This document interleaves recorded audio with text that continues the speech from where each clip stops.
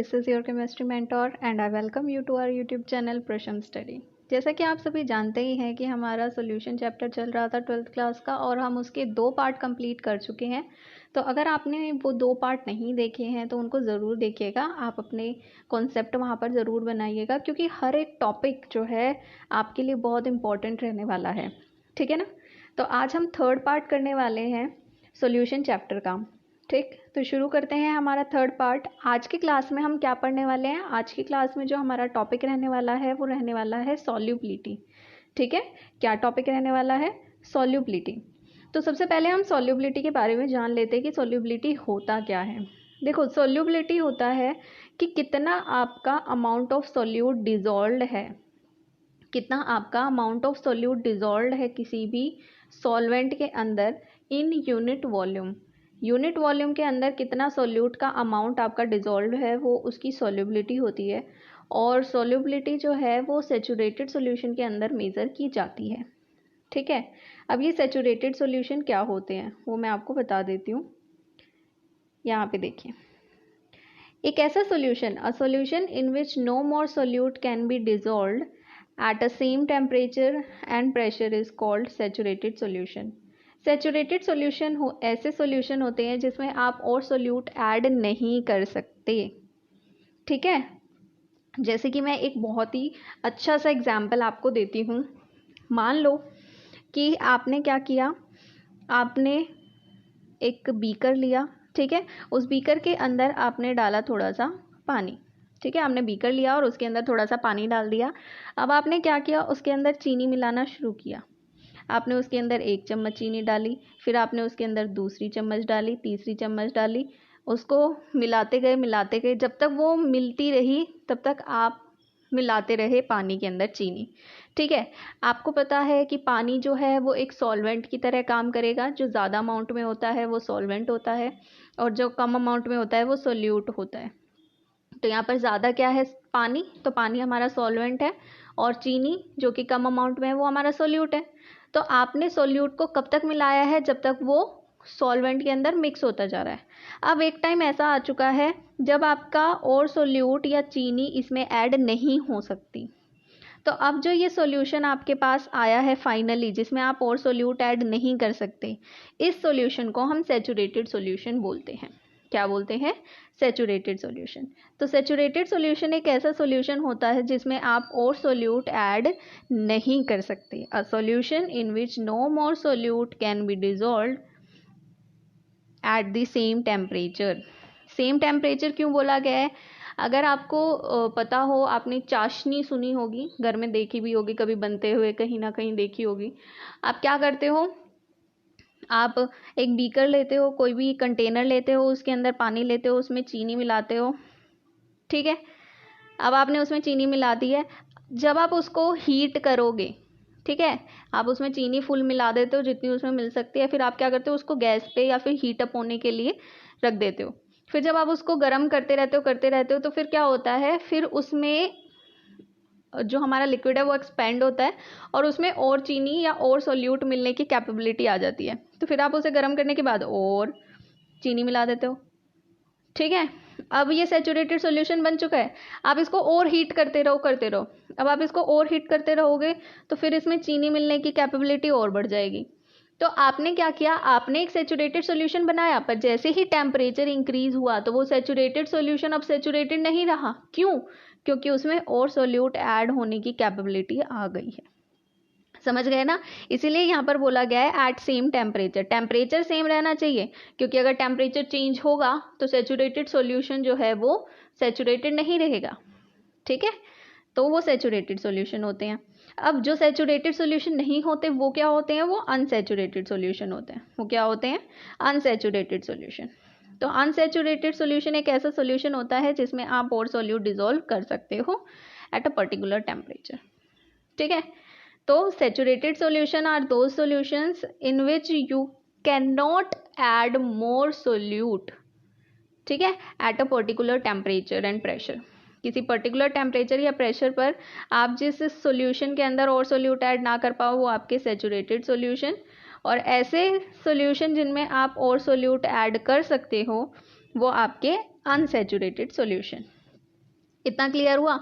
तो यहाँ पर हमने क्या देखा कि सोल्यूबिलिटी क्या होती है? सोल्यूबिलिटी होती है कितना अमाउंट ऑफ सोल्यूट आप ऐड कर सकते हो किसी भी सैचुरेटेड सॉल्यूशन के यूनिट वॉल्यूम में। पर यूनिट वॉल्यूम में आप कितना सोल्यूट ऐड कर सकते हो इन अ सैचुरेटेड सॉल्यूशन, वो आपकी सोल्यूबिलिटी होती है। ठीक है। एसआई यूनिट की अगर हम बात करें कि सोल्यूबिलिटी की एसआई यूनिट क्या होती है, तो सोल्यूबिलिटी की एसआई यूनिट ग्राम पर लीटर हो सकती है, मोल पर लीटर हो सकती है, कुछ भी हो सकती है। ठीक है।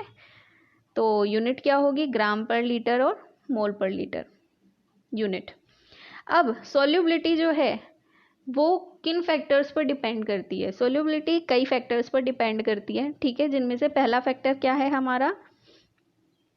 सोल्यूबिलिटी के फैक्टर्स में पहला फैक्टर क्या है? देखो, आपको ये पता है कि जो पोलर कंपाउंड्स होते हैं वो सिर्फ पोलर कंपाउंड्स में ही डिसॉल्व होते हैं, और जो नॉन पोलर कंपाउंड्स होते हैं वो सिर्फ नॉन पोलर कंपाउंड्स में ही डिसॉल्व होते हैं। यहाँ पे मैंने वही लिखा है, polar solute dissolves in polar solvent. अगर कोई सोल्यूट पोलर है, आयंस कंटेन कर रहा है, तो वो पोलर सोल्यूट के सॉल्वेंट के अंदर ही डिसॉल्व होगा। और अगर कोई सोल्यूट नॉन पोलर है तो वो किसी नॉन पोलर सॉल्वेंट के अंदर ही डिसॉल्व होगा। For example NaCl, sodium chloride.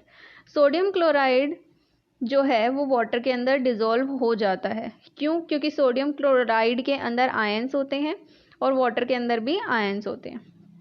ठीक है। पर अगर हम बात करें नैप्थलीन या एंथ्रासीन की, तो ये दोनों जो है वो नॉन पोलर कंपाउंड है, और नॉन पोलर होने की वजह से ये एक पोलर सॉल्वेंट वाटर के अंदर डिसॉल्व नहीं होंगे।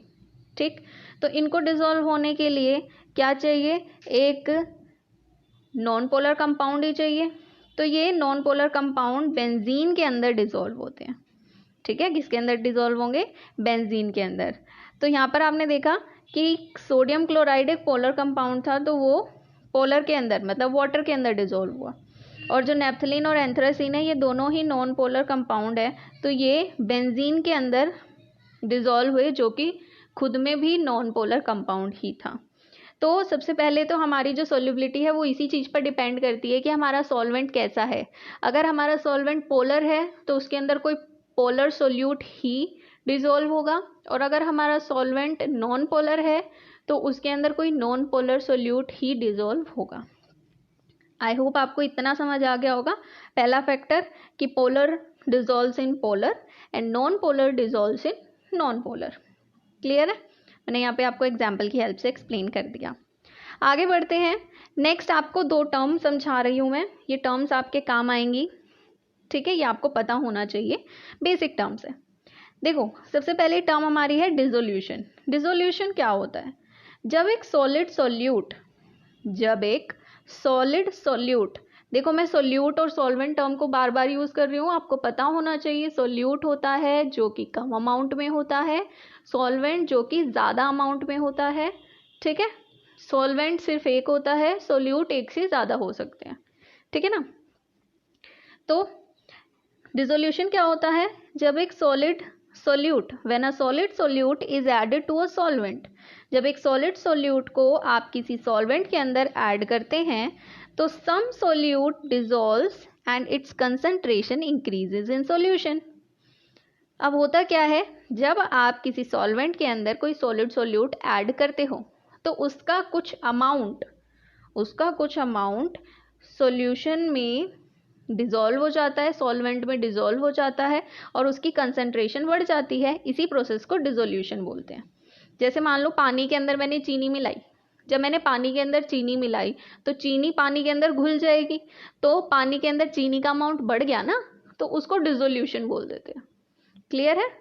तो दोबारा से एक बार डेफिनेशन पढ़ लेते हैं। When a solid solute is added to the solvent, जब एक सॉलिड सोल्यूट को सॉल्वेंट के अंदर मिक्स किया जाता है तो कुछ सोल्यूट जो है वो डिसॉल्व हो जाता है सॉल्वेंट के अंदर और उसकी कंसंट्रेशन मतलब उसका अमाउंट बढ़ जाएगा सॉल्यूशन के अंदर। ठीक है। इस प्रोसेस को ही हम बोलते हैं डिसोल्यूशन। क्लियर है?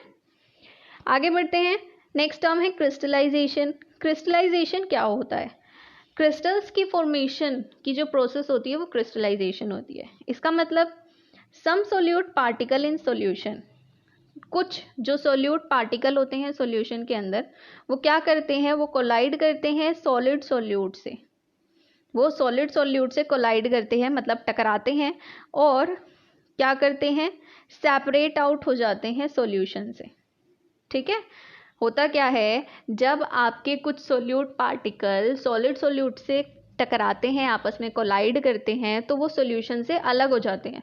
और जब कोई चीज़ सॉल्यूशन से अलग होती है तो वो कोई पर्टिकुलर क्रिस्टल्स बनाती है, तो वही जो क्रिस्टल फॉर्म होते हैं उस प्रोसेस को क्रिस्टलाइजेशन बोल देते हैं। ठीक है, तो some solute particle in solution collide with solid solute particles and get separated out from the solution. This process is called या known as crystallization. ठीक है, तो ये क्रिस्टलाइजेशन होता है। ठीक, क्रिस्टलाइजेशन प्योरिफिकेशन के लिए भी यूज़ किया जाता है। अगर आपको कोई इम्प्योर केमिकल गिवन है और आप उससे प्योर केमिकल ऑब्टेन करना चाहते हो तो हम क्रिस्टलाइजेशन की प्रोसेस ही यूज़ करते हैं। उससे क्या होता है, जब हम क्रिस्टलाइजेशन की पूरी प्रोसेस करते हैं तो उसके बाद हमें जो फाइनल क्रिस्टल्स मिलते हैं वो प्योर फॉर्म में होते हैं। ठीक है, नेक्स्ट, अभी तक हमने फर्स्ट फैक्टर पढ़ा था। फर्स्ट फैक्टर क्या था जिस पर सॉल्युबिलिटी डिपेंड कर रही थी, वो था हमारा कि पोलर जो है वो पोलर में डिसॉल्व होगा, नॉन पोलर में डिसॉल्व होगा। ठीक है, अब सेकेंड फैक्टर हमारा जो आ रहा है जिस पर हमारी सॉल्युबिलिटी डिपेंड कर रही है वो है टेम्परेचर। ठीक है, क्या है वो, टेम्परेचर। तो टेम्परेचर पे कैसे डिपेंड करती है सॉल्युबिलिटी वो देखते हैं। अगर हमारी रिएक्शन एक्सोथर्मिक होगी, अगर हमारी रिएक्शन कैसी होगी, एक्सोथर्मिक होगी, तो सॉल्युबिलिटी क्या होगी, टेम्परेचर के साथ इंक्रीज होगी। क्या होगी, इंक्रीज। कैसे, एक्सोथर्मिक रिएक्शन क्या होती है, एंडोथर्मिक रिएक्शन क्या होती है, एंडोथर्मिक रिएक्शन एक ऐसी रिएक्शन होती है जिसमें आपको हीट देनी पड़ती है रिएक्शन करवाने के लिए। एंडोथर्मिक रिएक्शन क्या होती है, जिसमें आपको हीट देनी पड़ेगी रिएक्शन करवाने के लिए। अब जब आप रिएक्शन करवाने के लिए हीट दे रहे हो तो आप जितनी ज़्यादा हीट दोगे उतनी ही ज़्यादा रिएक्शन होगी, मतलब उतनी ही ज़्यादा आपका जो भी सोल्यूट है वो डिज़ोल्व होगा। रिएक्शन तो तभी होगी ना जब डिज़ोल्व होगा, है ना। तो जब आप एंडोथर्मिक रिएक्शन की बात करते हैं तो टेम्परेचर बढ़ाने से सोल्युबिलिटी भी बढ़ती है ना। अगर एक्सोथर्मिक रिएक्शन की बात करें, एक्सोथर्मिक मतलब ऐसी रिएक्शन जिसमें आप रिएक्शन करवा रहे हो और रिएक्शन करने के बाद हीट प्रोडक्ट के साथ रिलीज हो रही है। इस तरीके की जो रिएक्शंस होती है इसमें हमारी जो सॉल्युबिलिटी है वो टेम्परेचर के साथ डिक्रीज होती है। अगर आप टेम्परेचर बढ़ाओगे, एक तो उसके पास पहले से इतनी हीट है कि वो खुद ही रिलीज किए जा रही है रिएक्शन, ठीक है, ऊपर से आप उसको और हीट दिए जा रहे हो तो सॉल्युबिलिटी तो डिक्रीज ही हो जाएगी ना। तो सॉल्युबिलिटी डिक्रीज होती है एक्सोथर्मिक रिएक्शन के केस में अगर आप टेम्परेचर बढ़ाते हो। तो एंडोथर्मिक के केस में जब आप टेम्परेचर बढ़ाते हो तो सॉल्युबिलिटी इंक्रीज होती है। ठीक है, ओके, तो इतना आपको क्लियर हो गया टेम्परेचर एक्सोथर्मिक पर कैसे फ़र्क पड़ता है, टेम्परेचर बढ़ाने या घटाने से सॉल्युबिलिटी पर एंडोथर्मिक के केस में क्या फ़र्क पड़ता है और एक्सोथर्मिक के केस में क्या फ़र्क पड़ता है। ये सैचुरेटेड और अनसैचुरेटेड हम कर चुके हैं। आगे बढ़ते हैं, ये देखिए अब थर्ड हमारा जो फैक्टर आता है, थर्ड फैक्टर आता है हमारा प्रेशर। थर्ड फैक्टर क्या आता है, प्रेशर। अब प्रेशर की जब हम बात करेंगे तो प्रेशर आपको पता है कि ना तो सॉलिड पर काम करता है ना ही लिक्विड पर काम करता है, क्योंकि सॉलिड और लिक्विड्स जो होते हैं आप उनको कंप्रेस नहीं कर सकते, ऑलरेडी कंप्रेसिबल होते हैं। ठीक है, पर आप गैसेस को कंप्रेस कर सकते हो, तो इसीलिए जो प्रेशर है, प्रेशर वाला जो फैक्टर है वो गैसेस के केस में ही काम करता है। जैसे कि मैंने यहाँ पे दिखाया हुआ है, ये कंटेनर है, इस कंटेनर के अंदर ये पिस्टन लगाया हुआ है। ठीक है, पिस्टन क्या होता है, पिस्टन आपने देखा होगा जो हमारे होली के टाइम पे हम पिचकारी बाहर से लेकर आते हैं खरीद के होली खेलने के लिए, तो उसके ऊपर वो जो पीछे पिचकारी होती है उसके पीछे वो जो डंडा लगा होता है जिसको हम अंदर करते हैं तो पानी बाहर निकलता है, उस तरीके का जो वो पिस्टन ही होता है वो भी। तो ये भी वही पिस्टन है।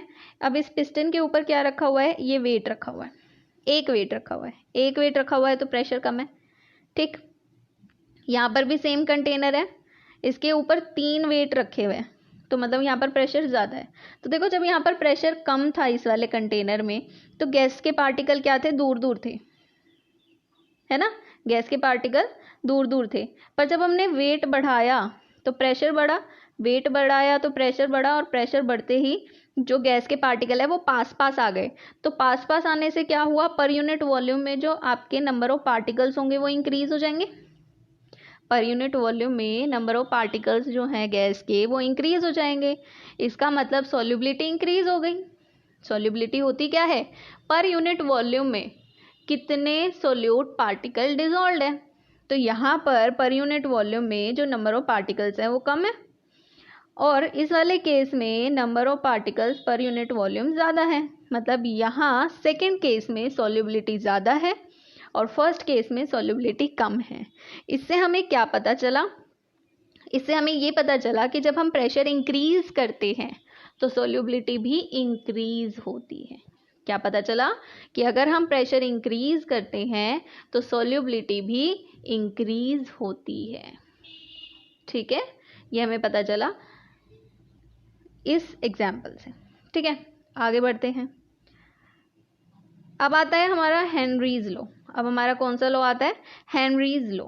अब ये हेनरीज लॉ क्या बोलता है, हेनरीज लॉ बोलता है कि this law states that at a constant temperature, एक कांस्टेंट टेम्परेचर पर जो गैस की सॉल्युबिलिटी होती है वो डायरेक्टली प्रोपोर्शनल होती है प्रेशर ऑफ द गैस।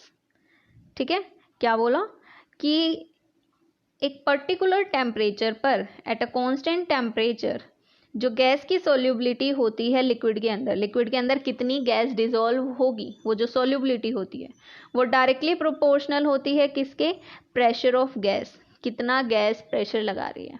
अब देखो गैस के प्रेशर के इक्वल तो होगी ही, प्रोपोर्शनल होगी ही, क्योंकि जितनी ज़्यादा गैस होगी, जितनी ज़्यादा गैस होगी उतना ज़्यादा गैस का प्रेशर होगा, जितनी ज़्यादा गैस होगी उतना ही ज़्यादा गैस का प्रेशर होगा, और जितनी कम गैस होगी उतना ही कम गैस का प्रेशर होगा। ये तो ऑब्वियस ही बात है ना। और दूसरे तरीके से आप कैसे समझ सकते हो, देखो जितनी ज़्यादा गैस होगी, अगर गैस ज़्यादा है तो उसके जो पार्टिकल होंगे वो भी तो ज़्यादा होंगे।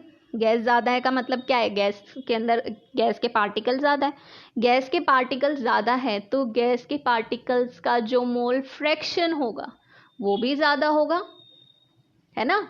अगर गैस के पार्टिकल ज़्यादा है तो गैस का मोल फ्रैक्शन भी ज़्यादा होगा। ठीक है, गैस के पार्टिकल ज़्यादा तो उनका मोल फ्रैक्शन भी ज़्यादा।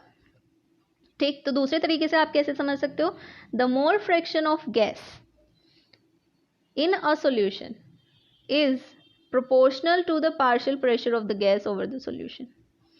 मतलब जो मोल फ्रैक्शन होगा गैस का वो डायरेक्टली प्रोपोर्शनल होगा किसके, गैस के पार्शियल प्रेशर के। अगर मोल फ्रैक्शन ज़्यादा होंगे, मतलब गैस में पार्टिकल ज़्यादा होंगे, तो ऑब्वियसली उस गैस का पार्शियल प्रेशर भी ज़्यादा ही होगा, है ना। समझ गए होगे आप। अगर मोल फ्रैक्शन ज़्यादा होंगे, मोल फ्रैक्शन ज़्यादा का मतलब क्या हुआ कि वहाँ पर पार्टिकल्स ऑफ गैस ज़्यादा है। जब पार्टिकल्स ऑफ गैस ज़्यादा है तो उस गैस का जो पार्शियल प्रेशर होगा वो भी तो ज़्यादा ही होगा ना। क्लियर है। तो आप हेनरीज लॉ को किस तरीके से समझ सकते हैं, किसी भी तरीके से समझ सकते हैं आप। सॉल्युबिलिटी जो है वो प्रेशर के टर्म्स में या फिर मोल फ्रैक्शन के टर्म्स में। ठीक, तो यहाँ से हमें क्या पता चला कि मोल फ्रैक्शन जो होता है गैस का इन अ सॉल्यूशन वो प्रोपोर्शनल होता है partial pressure of gas over the solution. ठीक है, यहाँ से एक डेरिवेशन आप कर सकते हैं, या फिर आप सिंपली बोल सकते हैं कि partial pressure of the gas over the solution. जो भी पार्शियल प्रेशर है गैस का, मान लो गैस ए है कोई, वो डायरेक्टली प्रोपोर्शनल किसके हैं, मोल फ्रैक्शन ऑफ ए। ठीक है, ये हमें पता चल गया ये नीचे वाली स्टेटमेंट से कि जो पार्शियल प्रेशर है गैस का किसी भी सॉल्यूशन में वो डायरेक्टली प्रोपोर्शनल किसके है, मोल फ्रैक्शन उस गैस के, है ना। ठीक है, तो यहीं से हमारा एक फॉर्मूला आएगा हेनरीज लॉ का फॉर्मूला, जो कि ये रहा। ठीक है, ये आ गया हमारा फॉर्मूला। मैंने अभी आपको एक रिलेशन बताया था, partial pressure directly proportional to the mole fraction of that gas. ठीक, अब आपने प्रोपोर्शनैलिटी का साइन हटाएंगे तो एक कांस्टेंट आएगा, तो यहाँ पर ये जो कांस्टेंट आता है वो कांस्टेंट क्या होता है, ये KH। इसको बोलते हैं हेनरीज लॉ कांस्टेंट। क्या बोलते हैं, हेनरीज लॉ कांस्टेंट। क्लियर है, तो हेनरीज लॉ कांस्टेंट बोलते हैं, और ये फॉर्मूला बहुत इंपॉर्टेंट है, इसके ऊपर बेस आपके न्यूमेरिकल्स आ जाते हैं। ठीक है, अब ये जो KH होता है ये हर एक गैस के लिए अलग अलग टेम्परेचर पर अलग अलग होता है, और कौन सी गैस किस केमिकल में, किस कंपाउंड में, किस सॉल्वेंट में डिजोल्व है, उसके हिसाब से भी अलग अलग होता है। तो KH जो है वो, इसकी वैल्यू जो है वो डिफर करती है at different solvent at different temperature, इस तरीके से। ठीक है, तो ये हो गया हमारा फॉर्मूला। ठीक, अब इसमें P क्या है, P आपको पता है क्लियरली, ये पार्शियल प्रेशर ऑफ गैस है इन वेपर फेज।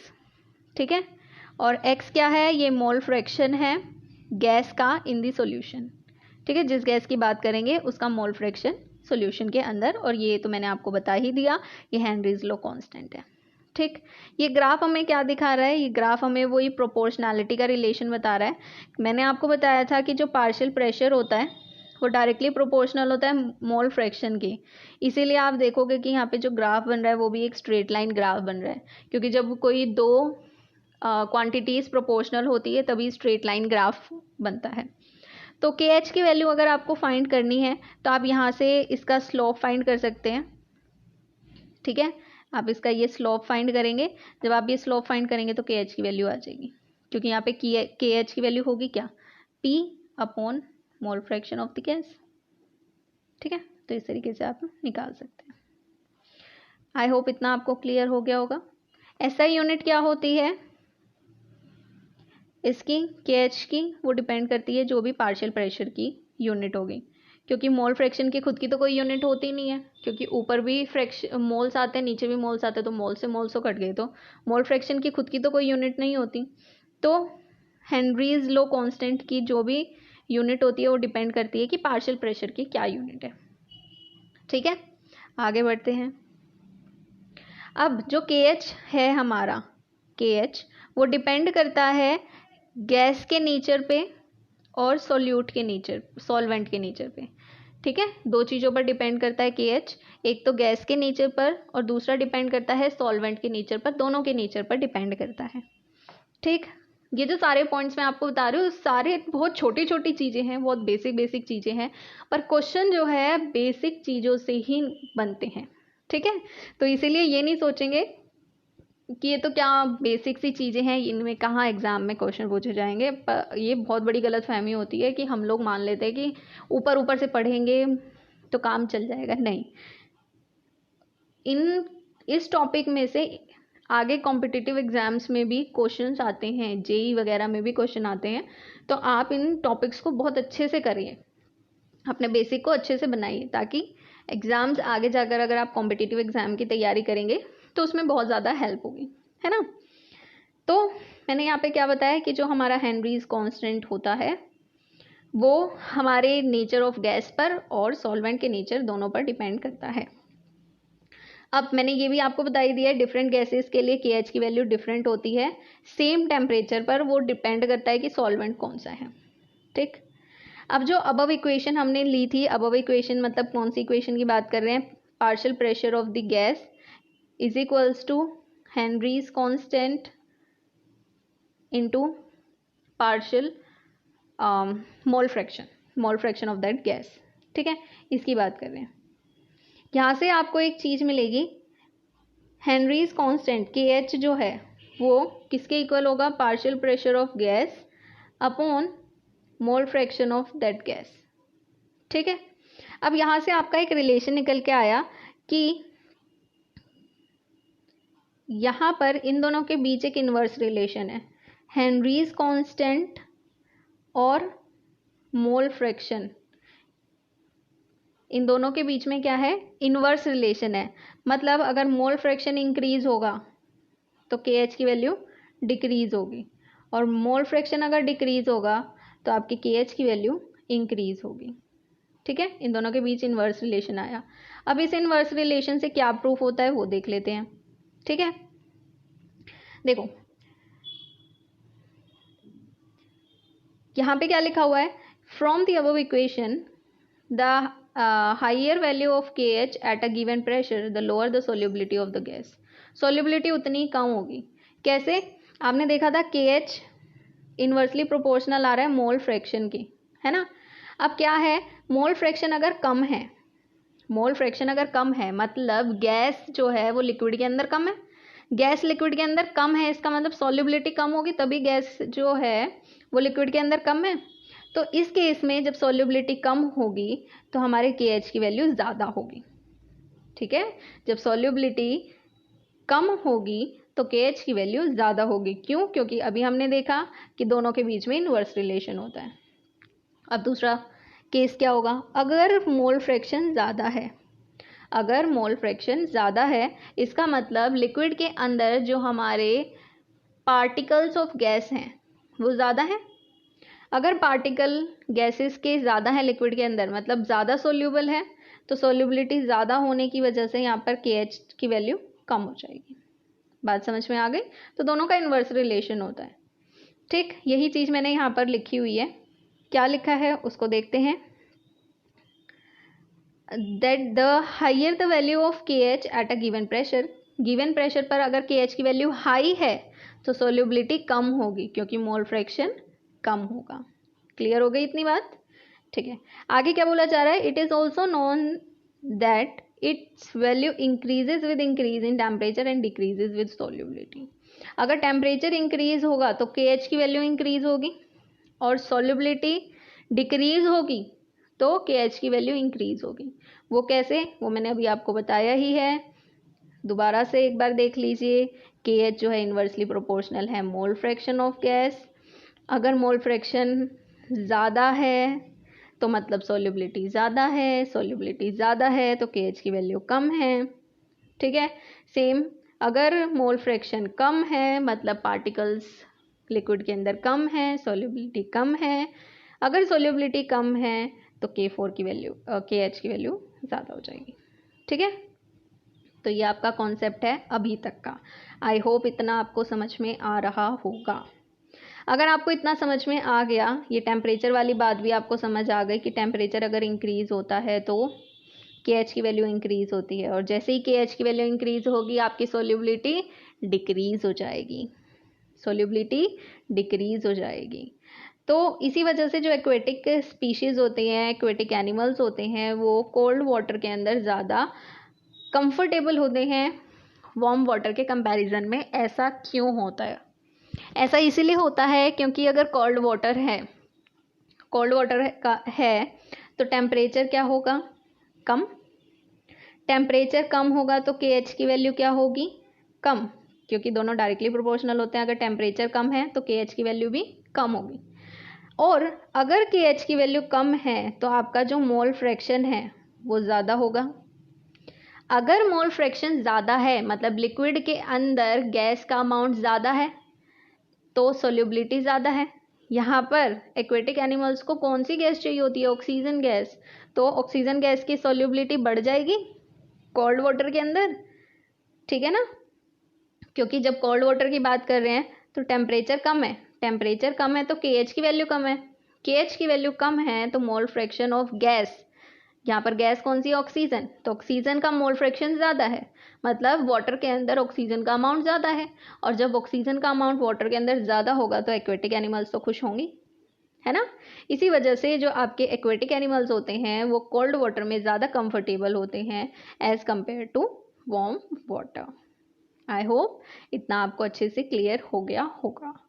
अब इसके लिए मैंने एक टेबल रखी हुई है। ये टेबल आपको थोड़ा सा कंपैरिजन करने में हेल्प करेंगी। यहाँ पर मैंने हेनरीज लॉ KH की कुछ वैल्यूज़ ली हुई है किलो बार में, अलग अलग गैसेस की, और ये सारी ही जो है वो वाटर के अंदर है। ठीक, देखो हीलियम की यहाँ पर 293 केल्विन पर जो KH की वैल्यू है वो 144 है। ठीक है,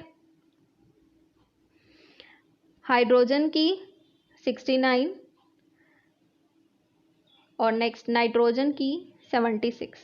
ये KH की वैल्यू है, ये तीनों क्या है, KH की वैल्यू है, ध्यान से समझिएगा, ये तीनों ही KH की वैल्यू है। अब ये KH की वैल्यू देखो, सबसे ज़्यादा KH की वैल्यू हीलियम की है, हीलियम की सबसे ज़्यादा है, फिर उससे कम नाइट्रोजन की है, फिर उससे कम हाइड्रोजन की है। इससे आपको क्या समझ में आ रहा है, सॉल्युबिलिटी की अगर हम बात करें तो किसकी ज़्यादा होगी, वाटर के अंदर सबसे ज़्यादा। तो सबसे पहले हम देखते हैं भाई, हमें पता है कि KH की वैल्यू इन्वर्सली प्रोपोर्शनल होती है हमारे मोल फ्रैक्शन की, मोल फ्रैक्शन की, ठीक है। तो हीलियम की सबसे ज़्यादा KH की वैल्यू है, तो मोल फ्रैक्शन उसका सबसे कम होगा पानी के अंदर। मोल फ्रैक्शन सबसे कम होगा पानी के अंदर, मतलब वो वाटर के अंदर सबसे कम डिजोल्व हो रही है, तभी तो उसमें वाटर के अंदर हीलियम के जो पार्टिकल्स है वो कम है, डिजोल्व नहीं हो रही होगी इसलिए पार्टिकल कम है। तो यहाँ पर हमें क्या पता चला कि हीलियम जो है वो सबसे कम सोल्यूबल है, और हाइड्रोजन जो है वो नाइट्रोजन और हीलियम के कंपैरिजन में उसकी KH की वैल्यू सबसे कम है, तो उसका मोल फ्रैक्शन बाकी दोनों से ज़्यादा होगा। जब इसका मोल फ्रैक्शन बाकी दोनों से ज़्यादा है तो उसकी सोल्युबिलिटी भी बाकी दोनों से ज़्यादा होगी, ठीक है। तो KH और जो सोल्युबिलिटी का रिलेशन है, आई होप वो आपको क्लियर हो गया होगा, ठीक है ना। और यहाँ पे दूसरी चीज़ मैं आपको ये भी दिखा देती हूँ टेम्परेचर का, कि देखो यहाँ पर नाइट्रोजन जो है वो 293 केल्विन पर जब था तो उसकी सोल्युबिलिटी वाटर के अंदर 76.48 थी, पर जब नाइट्रोजन का टेम्परेचर चेंज हुआ 303 तो सोल्युबिलिटी जो KH की वैल्यू है वो भी इंक्रीज हो गई। तो KH की वैल्यू टेम्परेचर के साथ इंक्रीज हुई है, जो कि मैंने अभी पहले बताया था कि अगर टेम्परेचर इंक्रीज होता है तो KH की वैल्यू भी इंक्रीज होती है, ठीक है। तो मैंने आपको दोनों को एग्जाम्पल के साथ समझा दिया है कि टेम्परेचर के साथ KH की वैल्यू इंक्रीज होती है, और जब हम बात करते हैं सॉल्युबिलिटी की तो KH और सॉल्युबिलिटी में किस तरीके से डिफरेंस आता है, ठीक है, एक बढ़ता है तो दूसरा घटता है वो भी, ठीक है। आई होप आपको ये क्लियर हो गया होगा, अच्छे से क्लियर हो गया होगा, है ना। इस चीज़ पर ध्यान मत देना, ये कुछ गैसेस के एग्जाम्पल्स और लिखे हुए हैं, ठीक है। आगे बढ़ते हैं। अब आपके लिए एक न्यूमेरिकल लेकर आई हूँ मैं, बहुत ही इजी और सिंपल सा फॉर्मूले पर बेस्ड न्यूमेरिकल है, बहुत ही सिंपल न्यूमेरिकल है, ठीक है। क्या बोल रहा है ये न्यूमेरिकल, बहुत ध्यान से समझेंगे। क्या बोल रहा है कि if N2 gas is bubbled through the water at 293 kelvin, how many millimoles of nitrogen gas would dissolve in 1 litre of water. 1 litre water के अंदर कितने मिलीमोल्स नाइट्रोजन गैस डिजॉल्व होंगे। हमें एज्यूम करना है कि नाइट्रोजन का जो पार्शियल प्रेशर है वो 0.987 बार है, और हेनरीज लॉ कांस्टेंट की वैल्यू हमें दे दी है 293 केल्विन पर ही, कितनी, 76.48 किलो बार। तो अभी देखो, सबसे पहले तो हमें क्या करना पड़ेगा, प्रेशर्स की यूनिट सेम करनी पड़ेगी। यहाँ पे प्रेशर की यूनिट बार है और यहाँ पर किलो बार है, तो किलो बार से बार में जाने के लिए 1000 से मल्टीप्लाई करना पड़ेगा। तो जब आप 76.48 को 1000 से मल्टीप्लाई करेंगे तो ये बन जाएगा 76480, ठीक है, ये बार्स में आ जाएगा। तो सबसे पहले तो हमें क्या करना पड़ेगा, हमें फॉर्मूला लगाना पड़ेगा। अब आपको पता है कि जो फॉर्मूला होता है वो क्या होता है, partial pressure is equals to Henry's law constant multiply by fraction, mole fraction of that gas, ठीक है, ये फॉर्मूला होता है।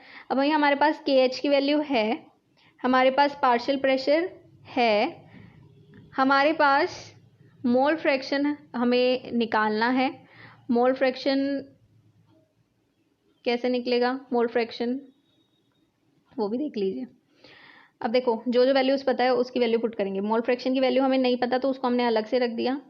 हमें पार्शियल प्रेशर दिया हुआ है 0.987, तो हमने वो वैल्यू रख दी, और हमें KH की वैल्यू किलो बार में दी थी जिसको हमने बार में कन्वर्ट किया, इनको डिवाइड किया, तो ये आ गया हमारा क्या, मोल फ्रैक्शन ऑफ नाइट्रोजन गैस, ठीक है। ये मोल फ्रैक्शन ऑफ नाइट्रोजन गैस आया है। हमें क्या निकालना है, सबसे इंपॉर्टेंट चीज़ क्या है, हमें निकालना है कितने कितने नाइट्रोजन गैस के मॉलिक्यूल होंगे 1 लीटर वाटर के अंदर। मतलब हमें अमाउंट निकालना है, नंबर ऑफ मोल्स निकालने हैं, ठीक है। नंबर ऑफ मोल्स कैसे निकालेंगे, हमें पता है कि मोल फ्रैक्शन का फॉर्मूला क्या होता है। नाइट्रोजन की बात कर रहे हैं, मोल फ्रैक्शन ऑफ नाइट्रोजन की बात कर रहे हैं, तो ऊपर आएगा number of moles of nitrogen, नीचे क्या आएगा, total number of moles. Total number of moles किसके, नाइट्रोजन प्लस वाटर, यही होगा, है ना। तो यही हमें करना है। अब देखो कैसे करेंगे हम इस चीज को।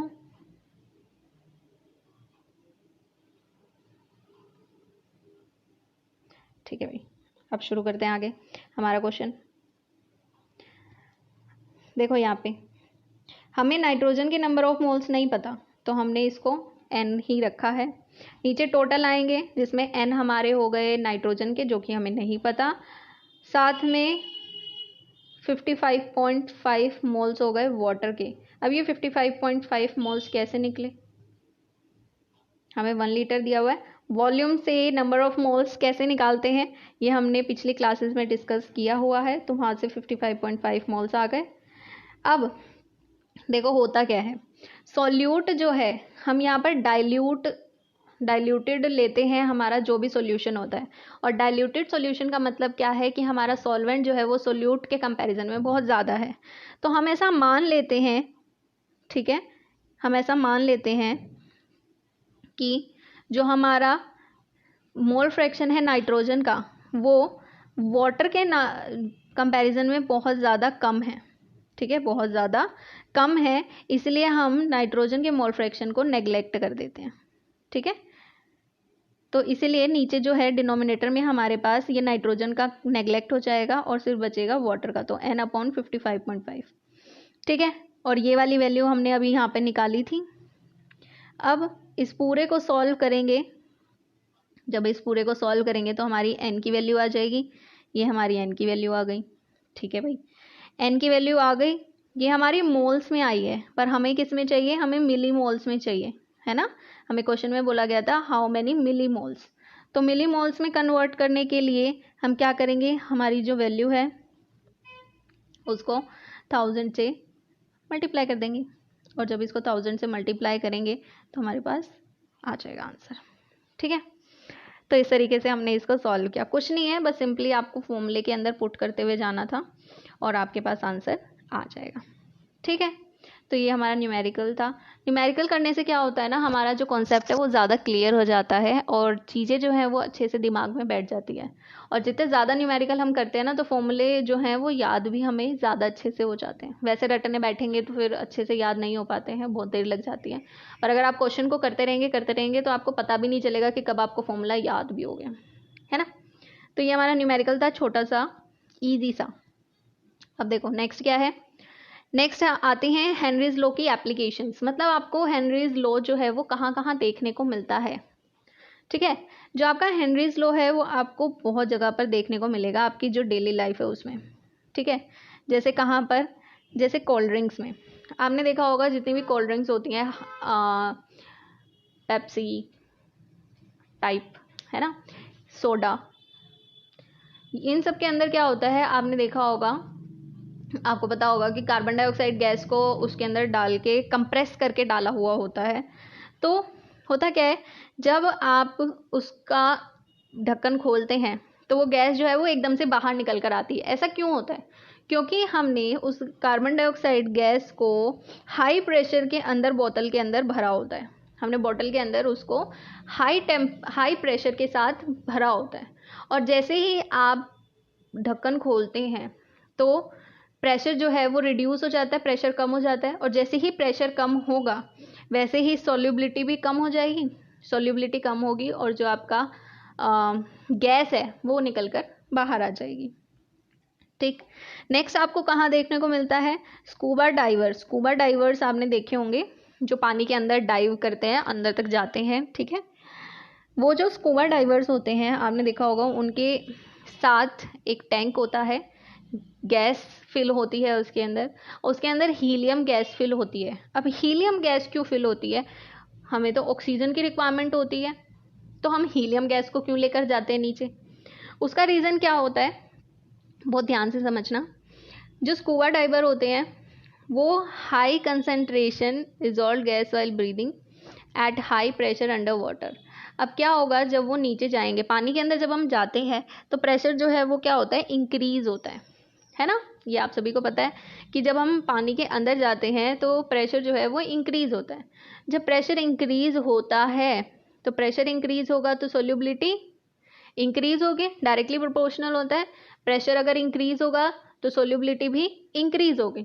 तो हमारे ब्लड के अंदर ऑक्सीजन की सोल्यूबिलिटी इंक्रीज होना शुरू होती है और रिक्वायरमेंट से ज़्यादा इंक्रीज हो जाती है।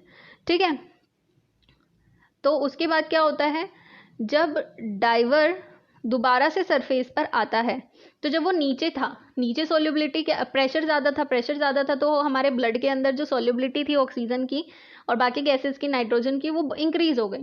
फिर जब सरफेस पर आएंगे तो सरफेस पे जैसे हम आएंगे तो प्रेशर जो है वो डिक्रीज होगा, प्रेशर डिक्रीज होगा तो सोल्यूबिलिटी भी डिक्रीज होगी, और जैसे ही सोल्यूबिलिटी डिक्रीज होगी तो जो गैसेस होंगी वो बबल्स की फॉर्म में बाहर आने की कोशिश करेंगी।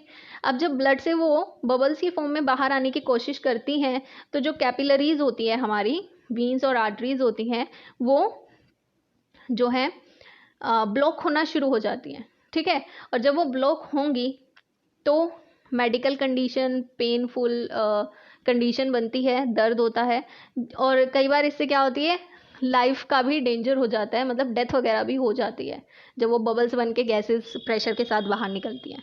ठीक है, तो इस वजह से वो हीलियम गैसेस को लेकर जाते हैं अपने साथ टू अवॉइड बेंड्स। ये जो बबल्स बन के निकलती हैं ना गैसेस, उसको बेंड्स बोलते हैं।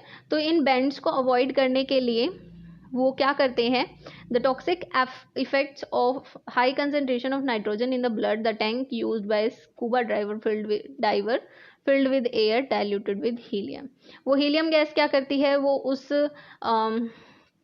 बैंड्स के जो टॉक्सिक इफेक्ट है उसको रिड्यूस करती है। इस वजह से हीलियम गैसेस को साथ में ले जाया जाता है। ठीक है, समझ गए? इतना आप सभी को समझ आ गया होगा। आगे बढ़ते हैं। आगे तीसरा एग्जाम्पल जहाँ पर आपको ये सब देखने को मिलता है, हेनरीज लॉ यूज़ होता है, देखने को मिलता है, वो होता है हाई एल्टीट्यूड। हाई एल्टीट्यूड मतलब ऐसे पहाड़ पे चढ़ गए। जब हम पहाड़ पे ऐसे चढ़ते हैं, ऊंची चोटी पे जाते हैं पहाड़ की, तो क्या होता है, कभी गए होंगे तो सबको याद आ गया होगा कि हाँ अरे हम तो तब गए थे, ऐसा मजा आया था, बर्फ देखी थी, ओ हो। चलो, अच्छे नज़ारे याद कर लिए, अब दोबारा से टॉपिक पे आ जाते हैं। तो जब हम ऐसे पहाड़ों पे जाते हैं, हाई एल्टीट्यूड पर जाते हैं, तो क्या होता है, जैसे जैसे ऊपर की तरफ हम जाते हैं तो प्रेशर जो होता है वो रिड्यूस होता है, और जब प्रेशर रिड्यूस होगा तो गैसेस की जो सॉल्युबिलिटी है वो भी रिड्यूस होगी। अब जब गैसेस की सॉल्युबिलिटी रिड्यूस होगी तो ऑक्सीजन जो हमारे ब्लड में है वो भी रिड्यूस होगी। जब ऑक्सीजन हमारे ब्लड के अंदर रिड्यूस होती है तो टिश्यूज़ को भी प्रॉपर ऑक्सीजन नहीं मिल पाएगी। जब ब्लड के अंदर ही ऑक्सीजन नहीं है तो वो टिश्यूज़ को कहाँ से ऑक्सीजन प्रोवाइड करेगा? आपको पता होगा ब्लड से ही ऑक्सीजन जाती है सारे टिश्यूज़ में, तो टिश्यूज़ को भी प्रॉपर ब्लड जो है ऑक्सीजन प्रोवाइड नहीं कर पाता है, जिसकी वजह से वीकनेस फील होती है, और जो थिंकिंग की जो कैपेबिलिटी होती है वो रिड्यूस हो जाती है, और इंसान सही से सोच समझ नहीं पाता है। उस प्रॉब्लम को एनॉक्सिया कहते हैं। ठीक है, तो ये भी एक मेडिकल प्रॉब्लम है जिसमें इंसान की सोचने समझने की जो क्षमता है, शक्ति है, वो कम हो जाती है और वो अच्छे से काम नहीं कर पाता है। ठीक है, तो वो हमारा ये प्रॉब्लम हो जाती है। ये कब होती है? ये हाई एल्टीट्यूड्स पर होती है। ठीक है, तो ये सब आपको समझ आ गया होगा कि हेनरीज लॉ जो है वो हमारी डेली लाइफ में या फिर रेगुलरली आपको कहाँ पर देखने को मिलता है। हेनरीज लॉ हमारी बेसिकली कहाँ कहाँ यूज़ होता है, किस तरीके से उसकी एप्लीकेशंस हैं, है ना। आप डेली लाइफ से रिलेट भी उसको कर पाए होंगे। आई होप आपको हेनरीज लॉ जो है वो अच्छे से क्लियर हो गया होगा। तो वो किस फैक्टर पर डिपेंड करता है वो भी अच्छे से क्लियर हो गया होगा। एक बार रिवाइज करते हैं। जो हमारी सोल्यूबिलिटी होती है, सबसे पहले सोल्यूबिलिटी हमारी 3 फैक्टर्स की हमने बात की, 3 फैक्टर्स पर डिपेंड करती है। सबसे पहले तो अगर पोलर है तो पोलर में ही डिजोल्व होगा, नॉन पोलर है तो नॉन पोलर में ही डिजोल्व होगा। सेकेंड फैक्टर हमने देखा टेम्परेचर, सॉल्युबिलिटी टेम्परेचर के साथ चेंज होती है। तीसरा हमने देखा प्रेशर, प्रेशर के केस में हमने सिर्फ गैसेस का ही पढ़ा। क्यों? क्योंकि जो गैसेस हैं वही कंप्रेसिबल होती हैं, बाकी और जो सॉलिड और लिक्विड होते हैं वो कंप्रेसिबल नहीं होते हैं। ठीक है, उसके बाद हमने हेनरीज लॉ पढ़ा। हेनरीज लॉ जो है उसमें जो हेनरीज कांस्टेंट होता है वो भी अलग अलग फैक्टर पर डिपेंड करता है। वो टेम्परेचर पर डिपेंड करता है, वो सॉल्युबिलिटी पर डिपेंड करता है। टेम्परेचर अगर बढ़ता है तो हमारा KH जो है वो इंक्रीज़ होता है, प्रेशर बढ़ता है तो भी इंक्रीज़ होता है। अगर हम बात करें सॉल्युबिलिटी की, तो सॉल्युबिलिटी जो है वो KH के इन्वर्सली प्रोपोर्शनल होती है, क्योंकि मोल फ्रैक्शन इन्वर्सली प्रोपोर्शनल होता है। अगर मोल फ्रैक्शन ज़्यादा होगा तो मतलब नंबर ऑफ गैसेस के पार्टिकल्स के ज़्यादा होंगे तो सॉल्युबिलिटी ज़्यादा होगी, KH की वैल्यू कम होगी। ठीक है, अगर मोल फ्रैक्शन कम होगा, मोल फ्रैक्शन कम मतलब पार्टिकल्स कम मतलब सॉल्युबिलिटी कम मतलब KH की वैल्यू ज़्यादा। ठीक है, ये सब चीज़ें पढ़ी। उसके बाद हमने एक न्यूमेरिकल भी किया और इसी के साथ हमारी क्लास हो गई समाप्त। बड़ी खुशी हो रही होगी क्लास समाप्त हो। चलो ठीक है, अब हमें टीवी देखने का मौका मिलेगा। चलो चलो तो आज की क्लास यहीं पर ख़त्म करते हैं। और अगर आपको वीडियो पसंद आई हो तो वीडियो को लाइक करना, अपने फ्रेंड्स के साथ शेयर करना। और अगर इस चैप्टर के नोट्स आपको चाहिए तो हमारे टेलीग्राम चैनल को ज्वाइन ज़रूर करिए, हमारे फेसबुक पेज पर हमको फॉलो कीजिए और चैनल सब्सक्राइब करके बेल आइकन को प्रेस ज़रूर कीजिएगा, ताकि आपको पूरा चैप्टर हर एक कॉन्सेप्ट के साथ क्लियर हो सके। ठीक है, सो मिलते हैं अगली क्लास में। Thank you so much, bye bye.